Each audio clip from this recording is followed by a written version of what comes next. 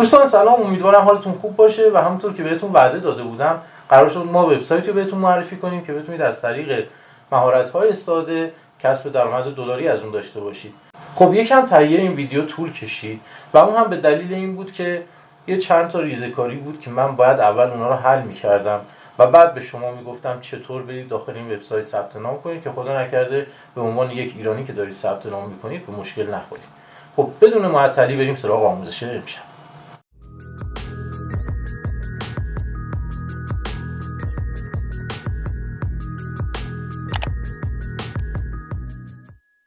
دوستان سلام، امیدوارم حالتون خوب باشه. ایمان امرایی هستم از کانال دیجیتال اینکام فارسی و طبق قولی که بهتون دادم امشب اومدم با معرفی یک وبسایت فریلنسری مهم. خیلی از افراد تو دنیا و همچنین کشور خودمون دارن از این وبسایت درآمد دلاری کسب میکنن. با همون مهارت‌های ساده‌ای که خودشون داشتن از قبل وارد این وبسایت شدن، پروفایلی تشکیل دادن، نمونه کار ارسال کردن و در نهایت با رعایت استانداردها دارن از اون درآمد دلاری کسب میکنن. خب قبل از اینکه شما هم وارد این وبسایت بشید و فضای این وبسایت رو ببینید، باید چند تا تنظیمات مهم رو دوستان روی سیستمتون انجام بدید.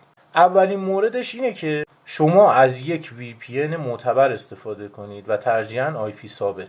حالا به فرض مثال دوستی میاد از VPNی مثل سایفون استفاده میکنه. خب شما باید برای استفاده از سایفون برای همچین سایت فریلنسری حتما اون رو روی کشورهایی که مجاز هستن در این وبسایت فعالیت کنن و تحریم نیستن قرار بدید.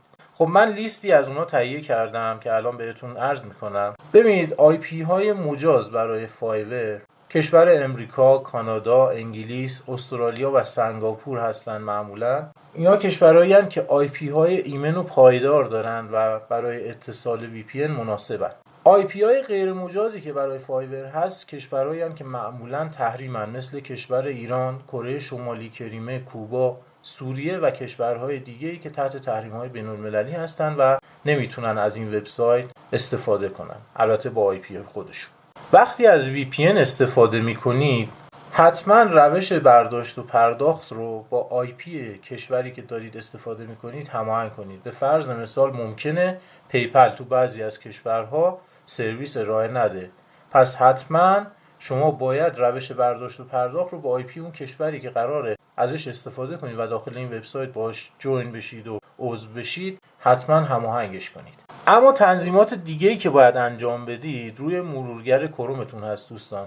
خب ما برای اینکه ردی از IP و ردی از کوکی ها نداشته باشیم که این وبسایت ما رو شناسایی کنه و بفهمه که ما ایرانی هستیم و ما رو بندازه بیرون در واقع از این وبسایت، باید یه جورایی به قول خودمون گولش بزنیم. حالا چطور؟ وارد مرورگر کرومتون میشید دوستان. وقتی وارد مرورگر کروم شدید از گوشه بالا سمت راست یه 3 نقطه هست، روی اون کلیک میکنید، روی نیو اینکاگنیتو ویندو میزنید.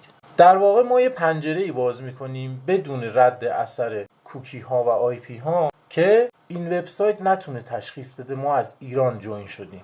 خب حالا آی پی مون رو هم من حالا خودم روی کانادا قرار دادم، شما هم روی کشورهایی که خدمتتون عرض کردم مجاز هستن روی یکیشون قرار میدید و سعی کنید دفعات بعد که نه حتما دفعات بعد هم با همون آی پی جوین بشید که خدا نکرده به مشکل نخورید. خب وارد این صفحه که میشید یه کلاه و یه عینک میبینید که داخل یه دایره سفید قرار گرفته. کاری به اینش نداریم. ما fiverr.com رو این بالا وارد میکنیم. دوستانی که از مرورگر فایرفاکس استفاده میکنن میتونن همون گوشه تصویر سمت راست کلیک کنن و نیو پرایوت ویندو رو بزنن که یک پنجره ایمن براشون باز بشه و از داخل اون آدرس فایور رو وارد کنن و جوین بشن داخلش. خب وقتی که وارد شدید روی جوین میزنید. خب اینجا اگر حساب جیمیل از قبل دارید و داخل این وبسایت تا حالا هیچ عضو نشدید و داخلش نرفتید، اون ایمیل مد نظرتون رو اینجا وارد میکنید و بعد روی نکست میزنید. شماره تلفن هم نزنید چون معمولا با شماره تلفن های ایران به مشکل برمیخورید و حسابتون از همین ابتدا تکلیفش مشخصه. پس حتما با ایمیلتون عضو بشید. اگر ایمیل ندارید ایمیل جدیدی بسازید و واردش بشید. اگر هم ایمیل دارید مطمئن شید که با اون ایمیل در این وبسایت قبلا ثبت نام نکردید. خب من حالا ایمیلمو وارد میکنم، روی نکست میزنم. من دیگه فرض رو بر این گذاشتم که شما ایمیل رو همتون دارید. اگر هم نداشتید همین تا این قسمت که اومدید از اون قسمت کرییت اکانت یه ایمیل جدید برای خودتون میسازید. خب پسوردتون هم وارد میکنید و اوکی میزنید. خب در اینجا یک نوتیفیکیشن برای شما ارسال میشه که باید روی یس بزنید تا برای شما وریفای بشه. خب حالا اگر مثل من این نوتیفیکیشن رو دریافت نکردید، روی ترای انادر وی میزنید و یک روش دیگر رو انتخاب میکنید. حالا من اینو بزرگش کنم. خب روی دومی کلیک میکنید دوستان. Use your phone or tablet to get a security code. وقتی که کلیک کردید شما رو راهنمایی میکنه بر حسب گوشی که دارید. حالا گوشی من مثلا گلکسی A50 بهم میگه که این روش رو برو جلو و سکیوریتی کد رو پیدا کن. خب همونطوری که گفته اول میرم توی ستینگ، داخل ستینگ و بعد تب گوگل رو انتخاب میکنم. اون ایمیلتون رو اینجا باید انتخاب کنید. بعد روی منیج اکانت میزنید. وقتی که وارد شدید میاید پایین تو قسمت سکیوریتی کد، یعنی قسمت سکیوریتی اند ساینینگ. حالا مال من وارد میشم. در قسمت سکیوریتی کد رو برمیدارم. کد رو که وارد کردم روی نکست میزنم. خب توی این صفحه به شما میگه که گوگل اجازه میده که فایبر دسترسی پیدا کنه به این اطلاعات شما، مثل نام اکانتتون، آدرس جیمیلتون، و میخواد که فعالیت رو ادامه بدید و یا کنسل کنید. خب من روی کانتینیو میزنم. خب دوستان ثبت نام اولیه من با موفقیت توی فایبر انجام شد. خب اگر نگاه کنید دسته‌بندی‌های خیلی مختلفی رو می‌بینید که شما میتونید توی هر کدوم از اینها فعالیت داشته باشید، از اونها کسب درآمد داشته باشید. خب حالا اجازه بدید با هم بریم نگاه کنیم. به عنوان مثال این قسمت رایتینگ و ترنسلیشن. حالا اگر نگاه کنید من بازش کنم ببینید خود رایتینگ و ترنسلیشن دسته‌بندی‌های مختلفی داره. حالا اگر من فقط ترجمه رو بزنم، خب ببینید افراد زیادی هستن اینجا که دارن خدماتشون رو ارائه میدن. الان ایشون گفته که من ترجمه متون رو به صورت تکنیکال آلمانی و انگلیسی انجام بدم. چقدر تعیین کرده؟ $100 حداقل. از $100 شروع میشه نرخش. حالا اینجا از $15، از $100. ببینید نرخ‌ها متفاوته، بستگی داره که چه چیزی رو ترجمه میکنن با چه کیفیتی. حالا نرخ‌ها کاملا متفاوت هست، اما ما دوستان خودمون قراره به عنوان سلر باشیم. خب اگر دقت کنید من برم اینجا، خب صبر میکنیم وبسایت باز بشه. همونطور که میبینید الان برای من باز شد. البته اینترنت من یکم کند بود، من یکم ویدیو رو پاز کردم تا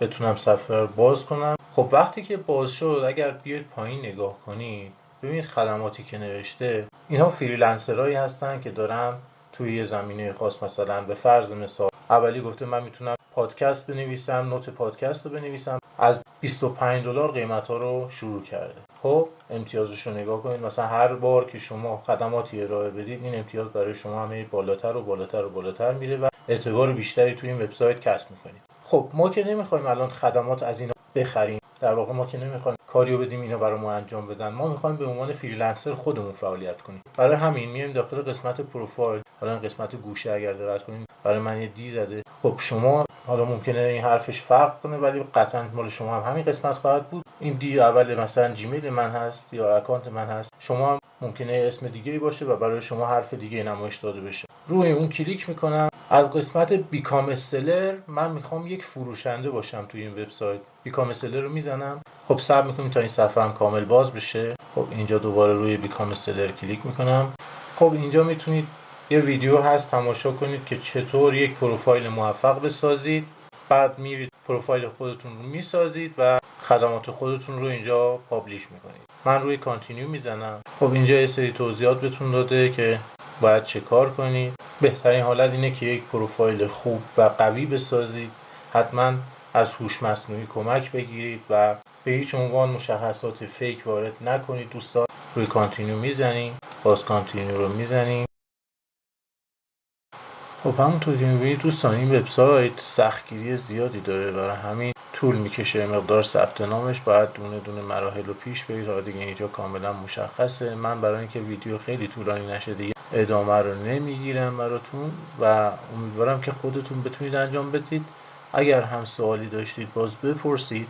فقط یه نکته خیلی مهم دیگه مونده که خدمتتون عرض کنم، اون همین که ممکنه مثلا در آینده شما بخواید با مشتری‌ها ارتباط بگیرید، این وبسایت از شما شماره تلفن بخواد. خب اون موقع ما چیکار کنیم به عنوان یک ایرانی؟ خب اون موقع شما باید از الان فکرشو کنید. به فرض مثال من توصیه میکنم که یک شماره مجازی ترجیحاً دائمی اگر بتونید تهیه کنید خیلی عالی میشه و جاهایی هست که بتونید این رو تهیه کنید. حالا من نشونتون میدم. ببینید اگر من داخل اینجا برم و بزنم شماره مجازی، اولین سایتی که میاد نامبرلند هست که دوستان بین این وبسایت هایی که شماره مجازی میفروشن از همه بهتره به نظر من و شما میتونید وارد این وبسایت بشید و وقتی که وارد میشید 3 گروه شماره مجازی میتونه به شما بده. حالا ببینید الان بازش من نشونتون بدم. خب ببینید اینجا دوستان شماره مجازی اگر بخواید میتونید شماره عادی بگیرید. حالا اینجا توضیح میده شماره عادی چیه، شماره اجاره‌ای چیه، اینجا براتون کامل توضیح میده و شماره دائمی چیه. محدودیت ها و مزایاشون هم هر کدومش رو توضیح داده. شما بر حسب انتظاری که دارید بخونید اینها رو و اون شماره‌ای که مد نظرتون هست رو بگیرید. ببین بهترین حالتش اینه یک بار هزینه کنید و همچین شماره دائمی رو استفاده کنید. ببینید گفته یک بار هزینه برای همیشه، تحویل فوری، عدم مسدودی شماره و وریفای اغلب سرویس ها، یعنی بیشتر سرویس ها رو میتونید باش وریفای کنید. ورودی نامحدود پیام و تماس داره. عالیه دیگه دوستان. الان که ازتون نمیخواد شما با یک ایمیل ثبت نام کنید. تا جایی هم که راه داره سعی کنید سمت شماره نرید. ولی اگر یک زمانی ازتون خواست و مجبور شدید بهتره که یک شماره مجازی داشته باشید و اون شماره مجازی هم یک شماره اختصاصی خودتون باشه. یک شماره عادی نباشه 10 روز در اختیار مثلا شما قرار بگیره و 10 روز بعد به یک نفر دیگه بدنش و شما به مشکل بر بخورید.